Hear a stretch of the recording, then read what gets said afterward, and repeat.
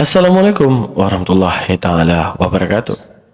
Kembali lagi di Almantiki Reaction. Nah, hari ini kita akan melihat bagaimana gorengan yang keji ya daripada Andre Tunggal yang sedang menggoreng Ustadz Ipung, di mana ada seorang yang pernah dimualafkan oleh Ustadz Ipung, yang kemudian inilah yang terjadi di mana seorang wanita tersebut katanya kembali memeluk Kristen ataupun murtad kembali. Kita lihat cuplikan videonya. Lalu setidaknya dirilis oleh Glady sendiri.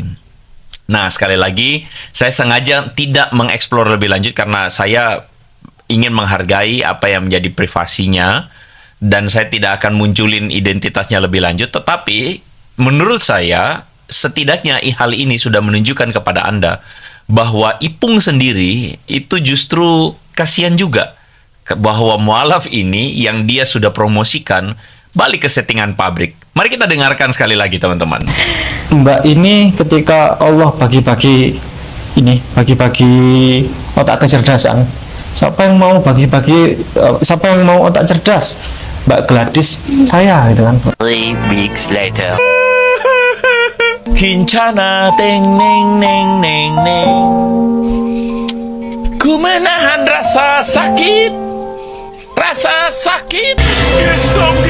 Nah, inilah menjadi wujud rasa senang yang begitu luar biasa daripada seorang Andre Tunggal.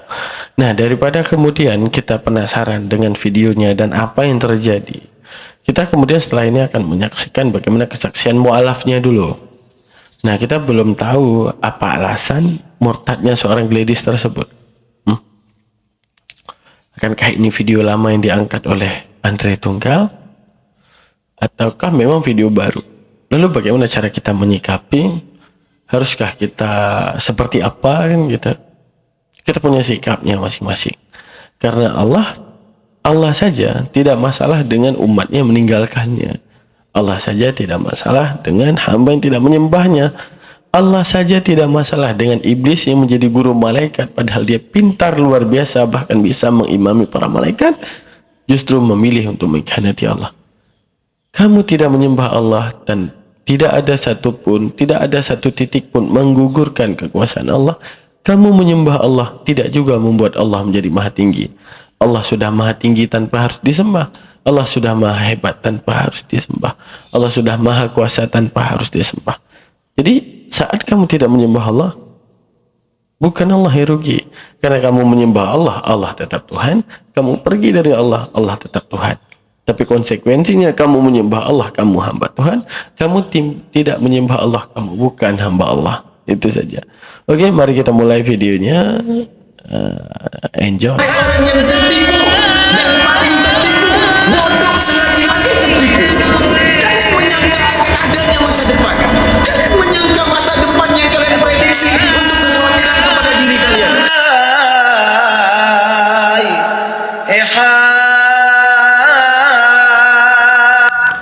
Oke, mari kita mulai videonya. Kita saksikan dulu bagaimana prosesi mualafnya wanita tersebut ya. Nah, apa yang membuat dia mualaf? Dan di sini Bro Andre Tunggal ini memfitnah siapa? Ustadz Ipung ya, dengan mengatakan jualan mualaf. Wow, arti jualan mualaf gini. Nih jualannya Ustadz Ipung nih, dibuat kesaksian ya. Setelah itu lama murtad lagi. Kan gitu. Yang jadi masalah. Emang setelah mualaf nggak boleh murtad lagi? Tidak. Allah saja membebaskan. Ya kan? Kenapa kita melarang? Ini juga lah ikrah fiddin kan? Nggak tahu. Kira-kira kalau orang tua tahu gimana? Pasti bingung juga karena sebelumnya aktif gereja, pasti bingung juga. Aktivis. Iya. Aktivis sebagai apa? Sebagai pengurus sama pelayan, pengurus pemuda. Pengurus pemuda. Iya. Justru di gereja tuh nggak didalamin secara itu gitu. Apa yang melatar belakangi Ananda untuk terhentak hatinya sehingga ada keputusan untuk mau bersyahadat? Jadi Di sini kan sifatnya apa? Kesaksian ya. ditanya-tanya sama Ustadz Ipung. Yang namanya jualan, weh mualaf kita nih, ya kan, hebat kali ya. Akhirnya kamu mualaf ya, dan semuanya teman-teman ya yang mau bantu boleh. Ini langsung enggak. Oh, didapati ada seorang yang mualaf. Diajakin ke tempatnya, ditanyakan kesaksiannya, disantunin. Karena salah satu kewajiban daripada orang Islam adalah menyambut saudara barunya. Diajarkan dengan kasih sayang. Sebelum Islam saja kamu sudah disayang orang Islam, apalagi kalau udah Islam. Karena ajaran daripada Rasulullah sendiri kan membagi ya. Ada kafir zimmi, ada kafir harbi. Kafir harbi adalah kafir yang berpotensi menyerang, maka tak usah lindungi. Tapi yang wajib bahkan umat Islam lindungi yaitu kafir zimmi. Itu kafir zimmi, kafir yang tidak berpotensi menyerang. Nah, kafir zimmi yang tidak seiman saja orang Islam sayang-sayang, apalagi dia sudah Islam. Jadi wajar dong ada euforia daripada orang Islam untuk menyambut orang Islam ataupun muslimah lainnya gitu. Lanjut. Ini pertama kayak ngobrol-ngobrol sama temen dulu. Ya. Ketika aku sebelumnya udah ngeliat YouTube juga, aku nanya ke dia, sebenarnya di Al-Quran itu ada nggak sih kata-kata Islam? Gitu. Jadi dari situ aku yakin kayaknya emang bener deh agama ini yang diridhoi sama Allah. Anda bisa melihat apa yang menjadi kesaksian dari teman kita. Jadi polemiknya kita ambil objektif ya teman-teman ya. Polemiknya beliau mengambil keislaman karena apa? Karena di Bible mereka tidak menulis Kristen. Kalau dibaca secara teliti dan segala bukti-bukti empirik yang ada dan semua catatan sejarah, apakah apakah Yesus yang membawa Kristen? Tidak. Yesus tidak pernah membawa Kristen. Bahkan Yesus yang digelari Kristus itu, yang dikatakan juru selamat, mengajarkan bagaimana cara menyembah Bapa. Dan itu dia praktekkan. Yang sampai saat ini seluruh daripada ajaran-ajaran kekristenan menolak hal tersebut dan memalingkan makna tersebut. Padahal jelas-jelas telah tertulis, bahkan di Taman Getsemani pun Yesus melakukan sujud dan berdoa. Bahkan dalam Kisah Para Rasul 3:13, Tuhannya Yesus sendiri memberkati hambanya, yaitu Yesus Kristus. Ya, pasti Kristen akan berdalih, ya Yesus kan punya kodrat manusia, kodrat hamba, kodrat utusan. Itu jangan pernah jangan pernah membela untuk sesuatu yang tidak ada. Postulat itu gini postulatnya. Kalau kita bangun diksi, saat kita berani mengatakan dia hitam, maka kita tidak boleh lagi mencabut dan mengatakan dia tidak hitam. Contoh, ini hitam tapi tidak hitam, itu tidak bisa. Ini bulu tapi bukan bulu, tidak bisa. Itu menunjukkan apa? Akal. Kecuali ya, kamu membangun kata-kata istisna tersebut gini, ini bulu tapi dia putih, masih bisa. Tapi kalau bukan ini bulu tapi bukan bulu, itu berlawanan, sama seperti ini Tuhan tapi bukan Tuhan. Karena konsekuensi gini, kita bertanya ya, Tuhan penguasa langit bumi, penguasa langit bumi. Tuhan memiliki hamba, iya. Berarti yang namanya hamba bukan Tuhan, bukan Tuhan. Kisah Para Rasul 3:13, Allah Abraham memuliakan hambanya yaitu Yesus, berarti hamba bukan Tuhan, bukan. Yesus Tuhan, iya. Tapi pada satu waktu bukan Tuhan, bukan. Itu nggak bisa. Nggak bisa muncul di sistem dan mekanisme otak berpikir Yesus Tuhan dan juga bukan Tuhan. Itu tidak bisa difikirkan. Ya. Nah, mari kita simak lagi lanjutan daripada videonya. Kita Gladys ya. Jadi dia ini adalah seorang pemudi 17 tahun yang bersyahadat tanpa Dan terus dia memilih Islam karena Al-Quran menyebut wa antum muslimun. Kita kata muslim. Dimana kalau jujur-jujuran dalam kitab mereka tidak ada kata-kata Kristen. Ya ada Kristus sang pengikut Yesus. Padahal setelah kita lihat, tidak ada satupun perintah Yesus yang dilaksanakan. Yaitu perintah-perintah orang di era setelah Yesus, itulah yang kemudian dikerjakan. Ya, kita tak tahu sebenarnya mereka itu, kalau kata Bunda Koni apa? Mereka itu Paulisten. Apa itu Paulisten? Mereka tidak benar-benar mendengarkan apa yang Yesus sampaikan. Tapi mereka benar-benar mendengarkan apa yang Paulus sampaikan. Ya, terserah mereka lah ya teman-teman ya. Pengetahuan orang tuanya. Itu perlu kita catat ya. Seorang pemudi 17 tahun yang masih SMA kelas 2 bersyahadat tanpa sepengetahuan orang tuanya. Dan Gladys ini mengaku aktif di gereja tetapi tidak diajarin secara dalam. Anda bisa lihat itu ya. Ada teman kita yang komentar teguh tadi ya.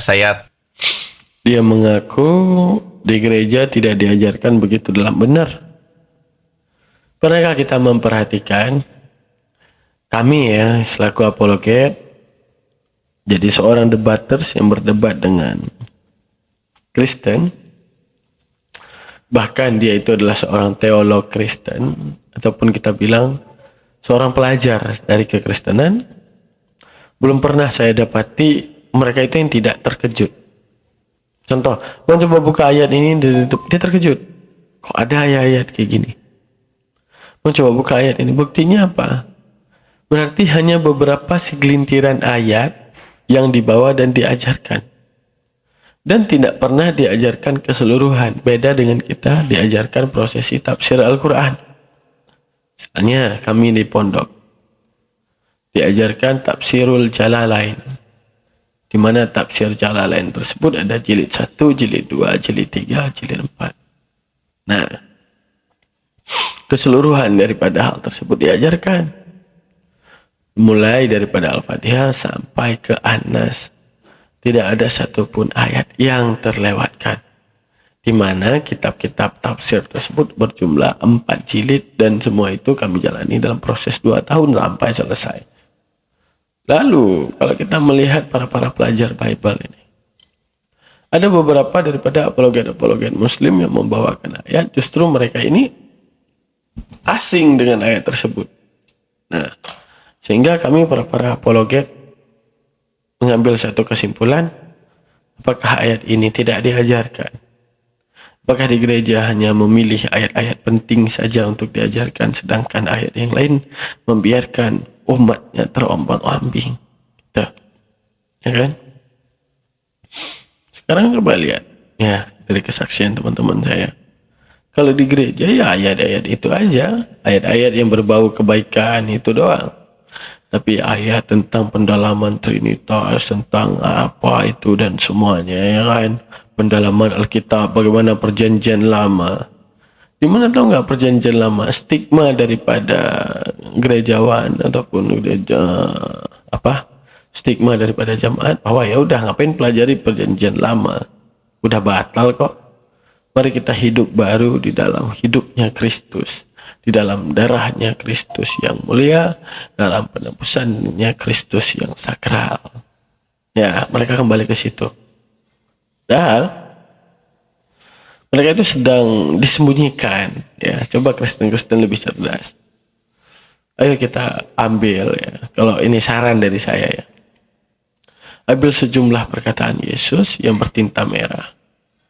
Bandingkan dengan semua perkataan yang tidak bertinta merah. Setelah itu bandingkan dengan semua perjanjian lama. Kira-kira perjanjian lama sedang menceritakan apa? Tentang mensifati Tuhan yang seperti bagaimana? Agar kita sama-sama tahu tentang kebenaran Tuhan bersama. Jangan mau untuk kemudian dibodohi teman-teman.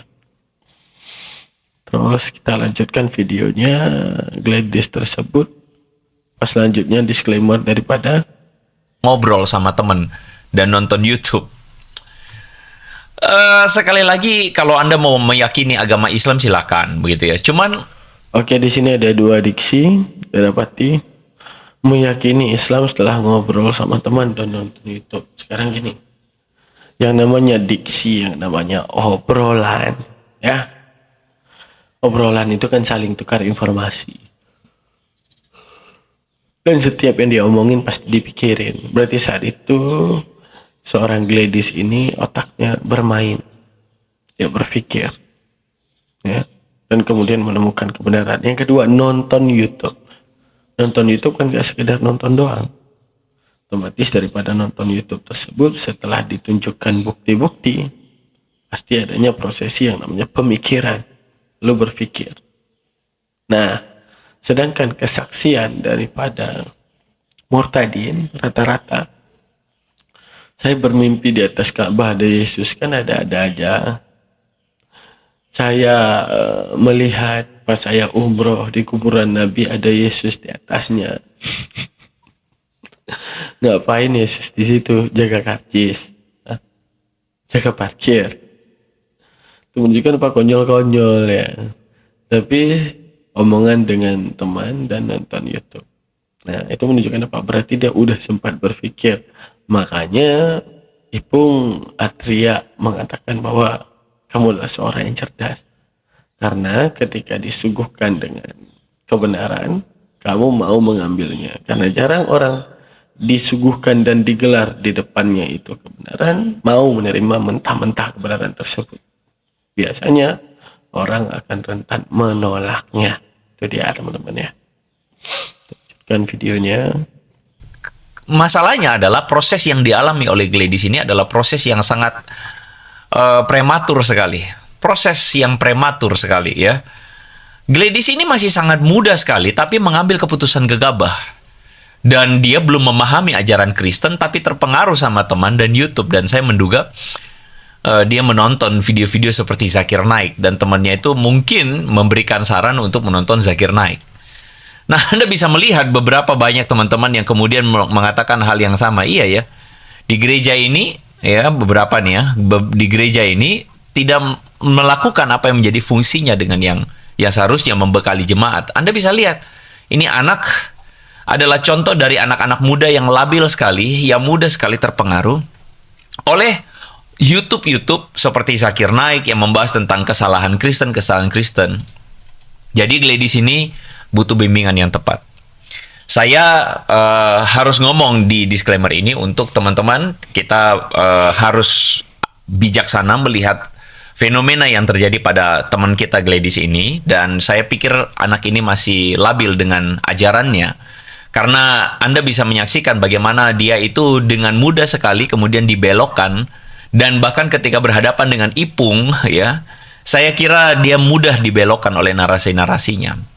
Karena itu sebagai seorang Kristen, saya kira kita perlu menjawab apa yang dikatakan oleh Ipung. Apalagi Ipung bilang di Kristen semua boleh, begitu ya. Daging manusia juga halal katanya. Nah, sebelum saya melanjutkan, saya pernah membuat satu. Lalu kemudian teman-teman, kita langsung lompat ke sini. Nah, di mana seorang Gladys tadi katanya ya, kan kita belum dapat fakta pasti bahwa apa yang melatar belakangi ini semua, bahwa seorang Gladys tersebut murtad kembali, teman-teman. Nah, di sini ya. Nah, ini kita nonton ya. Kita lihat bagaimana. Mari kita lihat buktinya, teman-teman. 3 weeks later.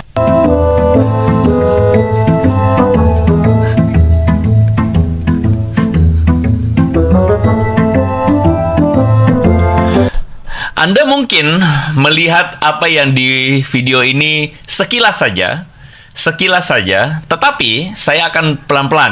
Nah, berarti menunjukkan seperti yang dikatakan Pendeta Andre Tunggal udah benar, bahwa setiap yang kemudian orang masuk Islam juga bukan begitu masuk Islam langsung diajari sholatnya, diajari berwuduknya. Ingat, mereka belum tahu Allah Subhanahu wa Ta'ala. Pentingnya untuk menanamkan tauhid, ya, menanamkan ke hati mereka bagaimana ilmu Islam dalam memandang Tuhan. Karena iskullu man qallada fit tauhidi imanuhu lam yahlu min tardidi. Siapapun dalam urusan ketuhanan dia ikut-ikut tanpa tahu tapi ikut orang lain, kayaknya selain Kristen maka Islam yang benar. Kalau aku dah ragu tentang Kristen maka aku kembali ke Islam. Nanti ujung-ujungnya dia akan seperti orang yang berada di tengah laut, mau berenang jauh ke darat, tidak berenang, mati di tengah. Lalu semuanya akan menjadi serba salah. Lalu apa yang terjadi? Ya terpaksa dia meyakini bahwa ya semua agama benar, Islam benar, Kristen benar. Ya udah, aku balik ke Kristen. Nah, karena bedanya kita adalah ajaran yang logik. Ajaran Kristen kan mengajarkan bukan kita yang memilih Yesus, tapi Yesus yang memilih kita. Ya, itu alasan mereka. Itu adalah sesuatu yang sangat tidak logik dan ditolakkan oleh akal. Sama seperti ada orang menjawab, kenapa kamu kemarin mau bunuh diri minum racun? Bukan aku yang memilih racun, tapi racun yang memilih aku. Karena konsekuensi, jikalau Tuhan yang memilihkan daripada hamba-hambanya, dipilih yang lain, dia mana mau dia masukkan ke neraka, mana dia mau masukkan surga. Artinya apa? Dia memilih hamba-hamba suka-suka hati dia. Berarti disitulah ketidakadilan Tuhan. Bagaimana dengan orang yang tidak dipilih? Berarti pernyataan kekristenan selama ini tentang ya Tuhan Yesus memilihmu, maka kita akan mengatakan bahwa ini adalah diksi terhadap ketidakadilan Tuhan.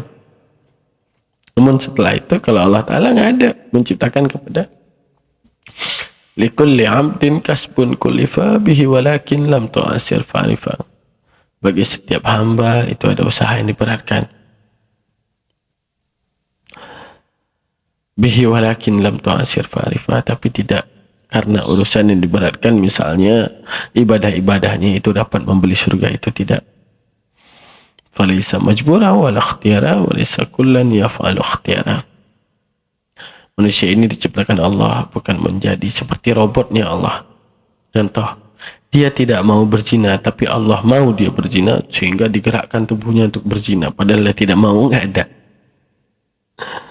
Allah memberikan kekuasaan terhadap siapa hambanya tergantung apa yang dia mau pilih. Contoh, bunuh dan tidak bunuh, dia memilih bunuh, Allah kasih kuasa. Dia memilih tidak bunuh, Allah kasih kuasa. Tapi ingat konsekuensinya, Allah ngelarang untuk membunuh. Sama seperti Allah mengatakan apa? Jangan berzina. Berarti antara dua, zina tidak, zina tidak, zina tidak. Kita pilih berzina, pilihan kita, Allah kasih kuasa. Kita pilih tidak zina, atas kuasa Allah, karena pilihan kita. Allah berikan pahala karena itu larangan Allah dan kita patuh. Ya kan? Semua juga antara hidayah, kebenaran. Begitu banyak kebenaran yang datang di hadapanmu, disuguhkan di hadapanmu, itu kemudian kamu pilih. Dan bahkan Allah titipkan laskar-laskarnya, pejuang-pejuang sejatinya, untuk menyampaikan kebenaran kepada orang yang belum tersampaikan kebenaran. Lalu misalnya kayak kasus kakak Gladys, kemudian memilih kebenaran dan Muslim. Namun setelah semua itu, apa yang terjadi? Beliau kembali melupakan arti hidayah telah diberikan Allah. Lalu apakah Allah di sini rugi? Tidak. Apa yang Allah rugikan? Tidak ada yang Allah rugikan. Yang ada nanti suatu saat Allah cuma bilang, Gladys, Gladys, padahal udah kutunjukkan surgaku untuk kamu, dan kamu memilih kebenaran, dan kamu dengan pilihanmu memilih sesuatu selain aku. Ya udah deh, pilihanmu juga. Ya, karena telah kukatakan dalam kitabku, ma khalaqtul jinna wal insana illa liya'budun. Manusia, jin, Allah ciptakan sembah Allah. Soal mereka tidak mau sembah Allah, soal jin ingkar kepada Allah. Ya udah, kamu menyembahku, aku tetap maha tinggi, kata Allah. Kamu tidak menyembahku, aku tetap maha tinggi. Tidak ada yang menjadi kerugian padaku. Yang ada kamu merupakan makhluk yang rugi. Ya, tanpa kita perpanjang teman-teman, kita pun juga lagi sakit. Kita tutup. Makasih banyak telah nonton Al-Mantiki Reaction. Saya tutup. Assalamualaikum warahmatullahi wabarakatuh. Orang yang tertipu